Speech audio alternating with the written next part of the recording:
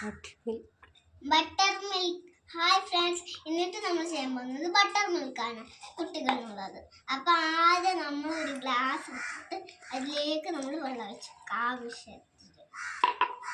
പിന്നെ നമ്മൾ തൈര് ഇട്ട് കൊടുക്കാമേ. ഉടുപ്പിക്കാൻ നനയരുതേ കേട്ടോ.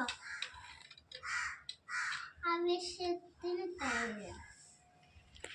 എനിക്ക് കുറേ ഇഷ്ടമാട്ടോ ഈ തൈര്. ഞാൻ ഇത്രയും എടുത്തിട്ടു. പിന്നെ നന്നായിട്ട് നമ്മൾ മിക്സ് ചെയ്ത് കൊടുക്കാം.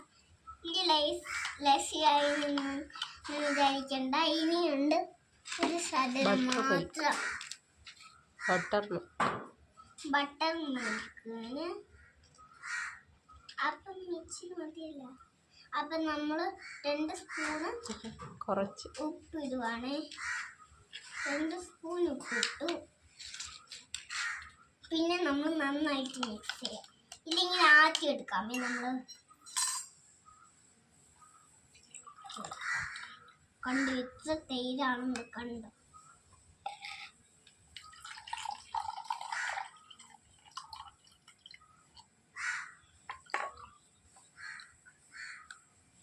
നന്നായിട്ട് ആക്കി വെക്കാം. ആക്കിക്കൊണ്ടേ ഇരിക്കണം. അങ്ങനെ ആക്കി കഴിഞ്ഞു. പിന്നെ നമ്മൾ നന്നായിട്ട് കോത്തി മിക്സ് ചെയ്യണം കേട്ടോ. കുറച്ചും തൈര് കിടപ്പുണ്ട് കേട്ടോ. അതിനെ